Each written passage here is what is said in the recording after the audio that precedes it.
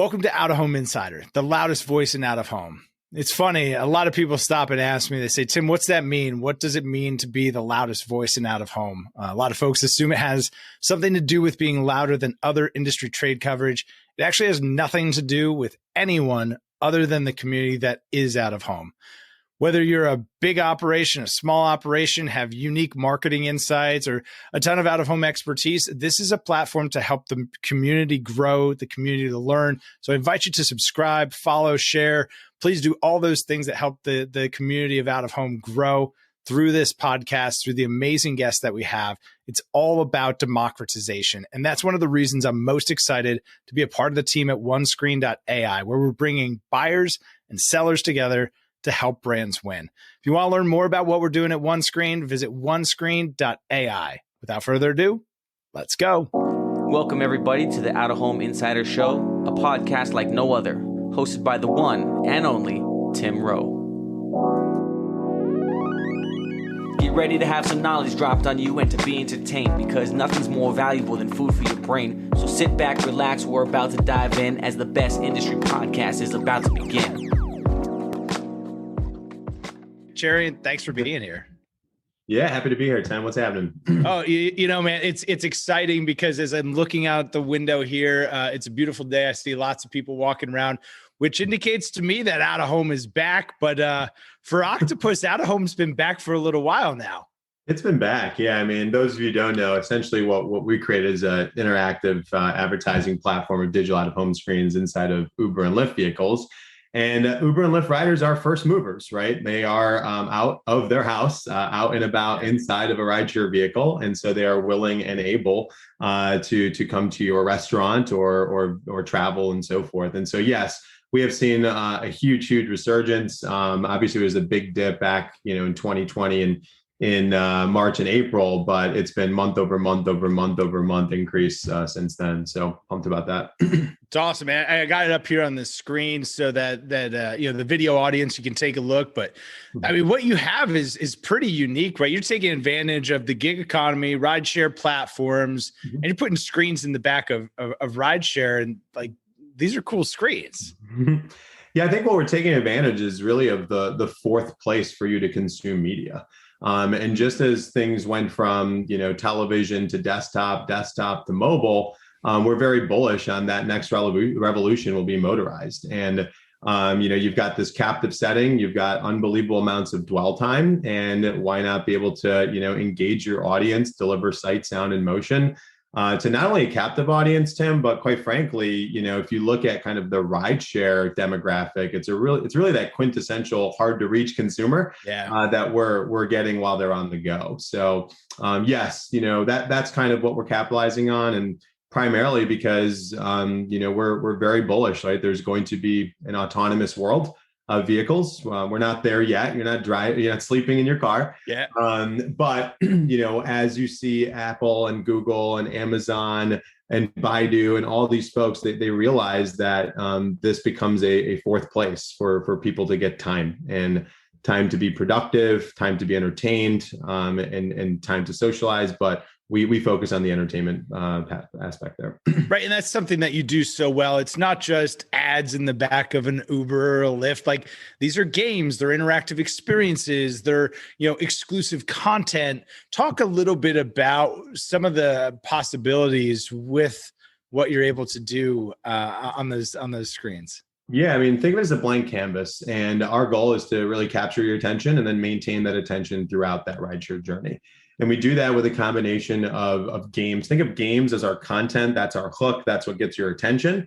I don't know what it is, but people love playing trivia. It's like you go to the bar and the things on the bar and you're playing, find the objects and whatnot. It's the same idea, just in a car. Exactly. You're not going to be playing World of Warcraft, right? But you're going to play kind of like these short games that you can play in 60 to 90 seconds.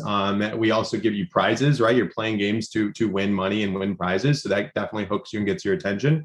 And then because we have your attention and we have the vehicle location, we can deliver relevant, non-invasive, either branded games or 30-second ads to a captive audience. And so you nailed it, right? It's not just ads. We've actually found we get the best engagement with branded games.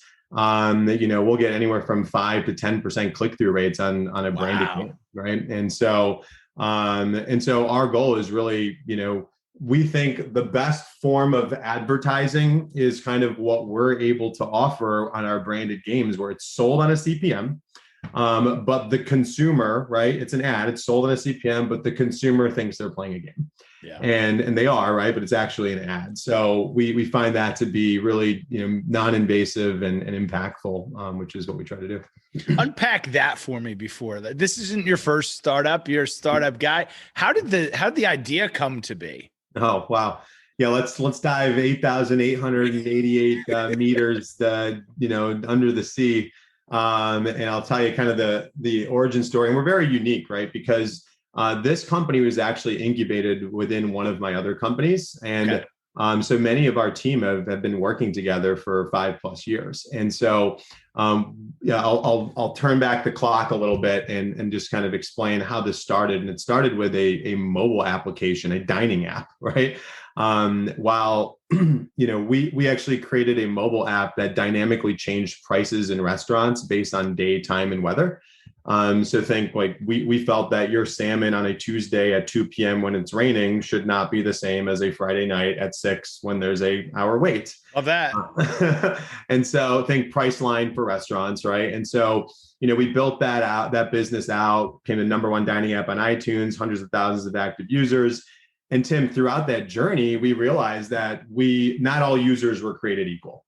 The best users, right, of our mobile app were someone that was between 25 to 35, lived in a city, dined out 2 to 3 times a week, had a beer on a Tuesday, right? That was our consumer that we needed to get in front of. And it turns out that is the exact same consumer inside of an Uber and Lyft vehicle. How about that? And so it was a side project where we would essentially, we started putting, tablets inside of Uber and Lyft vehicles, and it would play, ads for our own company.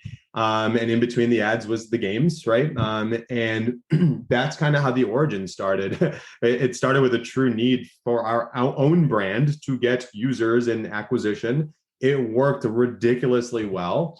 And we started small. We're like, hey, let's see if we can, put on a couple local restaurants and some core power yoga studios and some scooter companies. And that worked great. And then we're like, wait a second, let's go to Madison Avenue. Let's see what the ad agencies think about this. And, we were signing Fortune 50 brands who loved the format, the setting, and the audience. And so long-winded way of kind of explaining our origins, but I did want to kind of just tell you this didn't start one day with an aha. It started out of a true need to reach the right person, the right setting, and acquire customers. Which seemingly really like the best ideas do, right? It's based out of a real need to solve a problem. And you've done that. And the technology is really interesting in that you can see where that car is on a map and take advantage of contextual components that are going on around the vehicle itself, right? And really taking advantage of the entire environment. How are brands using Octopus as part of the mix in 2021? Has that changed at all versus years past? What are you seeing? Yeah, let me just go back to one of the points that you made, right? In order for us to capture the rider's attention and get them to really lean in and engage, it's really important to have the UX be relevant based on day, time, even weather, right, and location. And so if you get into an Uber or Lyft vehicle with Octopus, it is a much different experience on a Wednesday at 6 a.m. in the financial district than it is on a Friday night at 11 p.m. in Times Square. And so we are able to curate a experience based on not only, the time of day, the location of the vehicle, what's the weather like, but when you do that, you get higher click through and engagement, which is the name of the game in our perspective, from our perspective. And brands love this, right? We have brands that are on, activating mini games where folks are giving out a chance to win, a free lottery ticket or a chance to win ice cream for a year or win a free cyber truck, right? And so the brands are really being cool about offering something. If someone is going to engage, let's make sure that we get that bottom funnel. So put in your phone number, first party opt-in, value exchange. Do you want free ice cream for a year? If so, put in your phone number. And this is the key, right? It's really that opt-in. And that's what brands really love, is that it's a blank canvas. They can do baseball games where you're tapping to swing. You can do claw games where you're looking to, grab something. You can do photo hunt, trivia. We've really, done it all. It is truly a blank canvas in a new format. So what are like the expansion plans? Obviously, you're available on some of the DSPs, and actually, we're going to be doing a campaign with y'all in the fall with One Screen and one of our brands and advertisers. And initially, we were looking inside of Vistar, we saw Octopus, and we were like, oh my gosh, like this makes a ton of sense. Mm-hmm. But the things that we're talking about here aren't necessarily just displayed inside the DSP. What's the best way for brands, for advertisers, for agencies to be working with Octopus? Yeah, look, I mean, people want to buy something easily, and we provide that for them, right? So if you want to, buy this programmatically through PMPs, through pipes, that's no problem, right? We are unique in the sense that, we are on Vistar, where you can buy this in the digital out of home, but we're also video with sight, sound, and motion. And so we are also integrated with folks like DV360 on GAM, and soon to be folks like Calaria and Freewheel and so forth. So we definitely want to make it easy. That said, we also want to make your ad unit impactful. And to make it really truly pull out all the bells and whistles, it's really contacting us directly.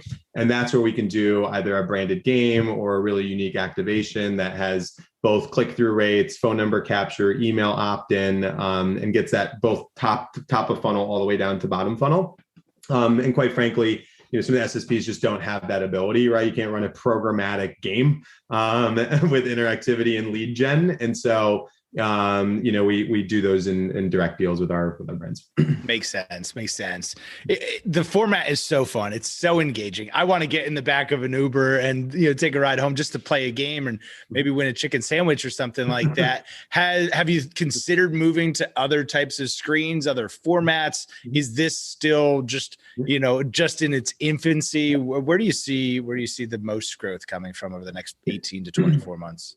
Yeah, two things. One, we have run the Find the Chicken Sandwich game, which kills it, gets 5% plus click-through rate and 16% convert. I mean, it was unbelievable, right? And guess what? It was running during a time where there was chicken wars going on, right? On the chicken sandwiches, so relevance, right? But one thing I will tell you, just to your previous question a second ago, regarding markets and scale, like, this is scaling out, right? We're shipping out 2,000 plus screens a month. Wow. And, we just launched 21 markets 2 weeks ago, all at the same time in tandem. So all those markets went live at once. We had the driver demand. We've got 100,000 plus drivers in the pipeline on applications. So we just started opening it up because we saw the rebound coming, right, from folks getting back out in this post-COVID world. And so, it is something that, we certainly take a lot of pride in, is that not only the format is it unique, but you have to have scale.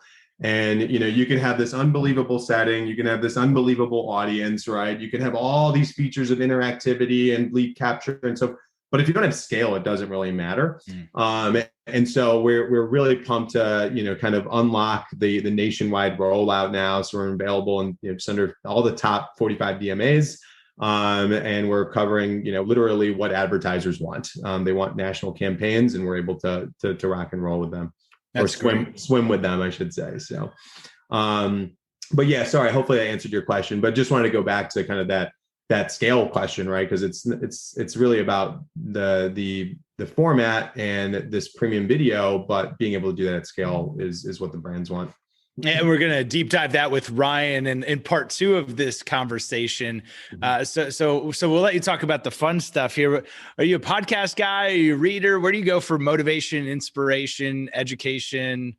What are some good resources to get inside the mind of Cherian? Yeah, I'm actually an avid YouTube guy. I think there's a running joke in our company, right? I pay for the subscription for non-ads, which is kind of ironic, but and even coming from the ad industry, I kind of feel like I'm cheating, right, for not paying to bypass the ads. That said, there is an unlock feature with YouTube where you can still use your device while it is running in the background. The only way to get there is to pay monthly. But I'm a huge fan on just, being able to digest things via video and audio. And I love doing it in a time where I'm not at my desk. And so if I'm at the gym or if I'm on a run, and usually, that combination of YouTube to learn something, I try to learn something new every single day. And so to go on a run or go work out and just, consume an hour of content I didn't know about before, always educational, right? Industry related or educational. And I love that you can pick up your phone in the middle of a run and see the bell curve if they're talking about it, right? And on YouTube, whereas audio only, you can't get the visual behind it as well. Yeah, no, I am with you there. So speaking about education, because out of home is an industry that I think one of our biggest challenges is education. What's something that you wish existed for out of home that would make it better just for everyone, grow the pie?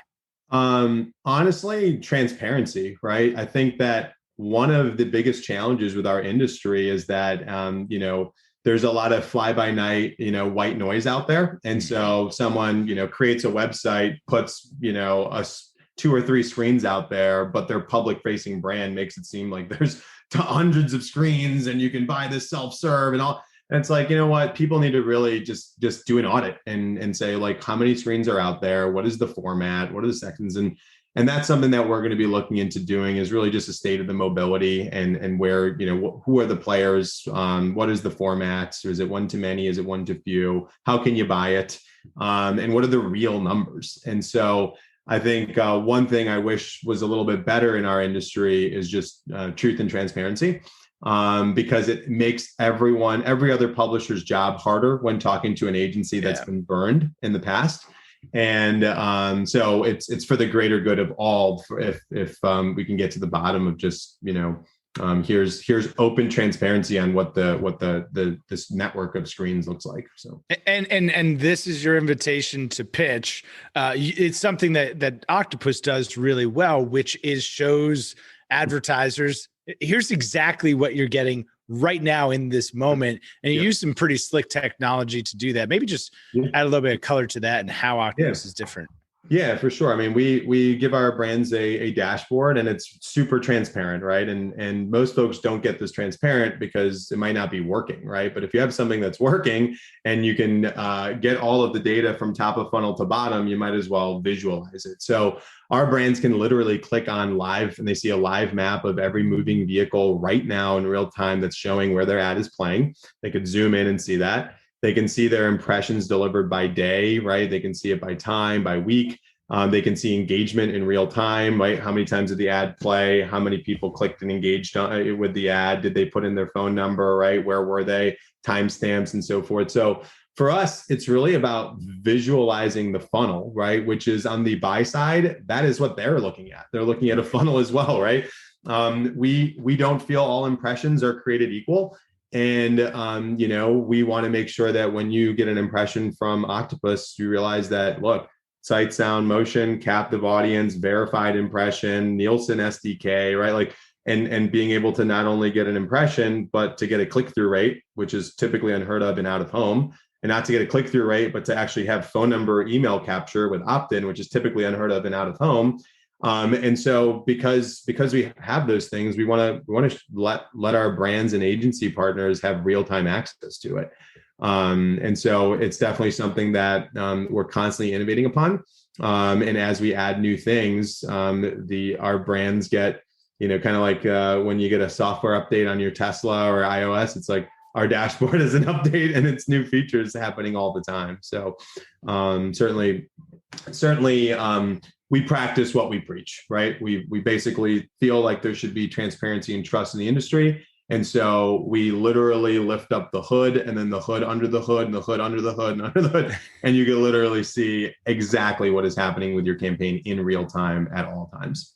That makes a lot of sense. And that's a great reason to be subscribed. This is something I have to start doing more of, like in the podcast, instead of waiting till the end, is make sure to subscribe so that you know about things like Octopus, right? Like before we all got introduced, I didn't know that this existed. And I would venture to guess that there's a lot of folks in our industry that don't know Octopus exists. With the return of events, in-person events and conferences and all of those sorts of things. Obviously, the use of rideshare goes up and around those. It's a great opportunity to be able to take advantage of that captive audience.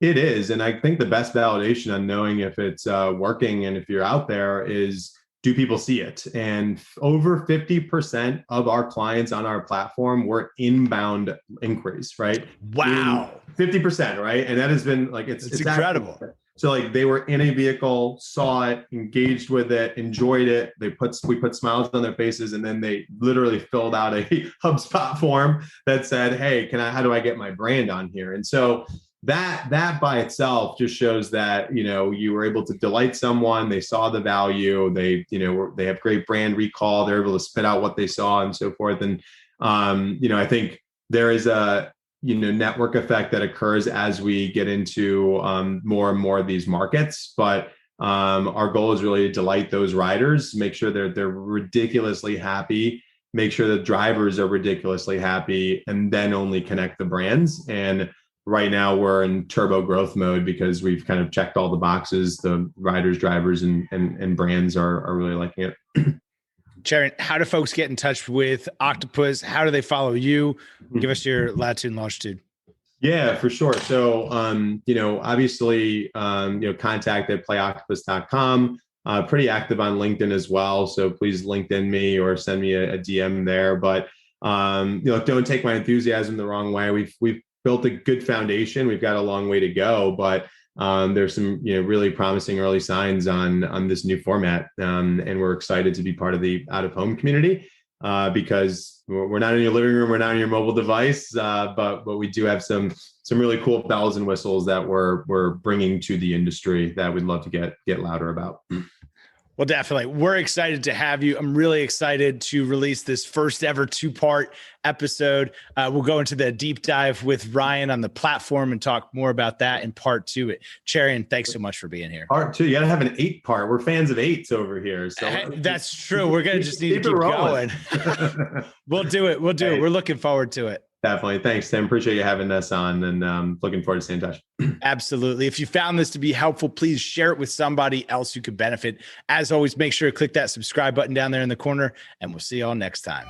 Quarter century, I finally came to my senses. I finally got my hand up on the tinted Benz, kid. I see the world clear through my tinted lenses. With the dream and the drive, the possibilities endless. Now print that, send this all the way to Tokyo. Take a trip down south, down to Mexico. Next stop, Shanghai, the world-class trade show. First class all the way, cause that's how we roll. Yeah, call us the rock star businessman. Rockin' shows, we handle business, man. We got our own future in the palm of our hands, cause divided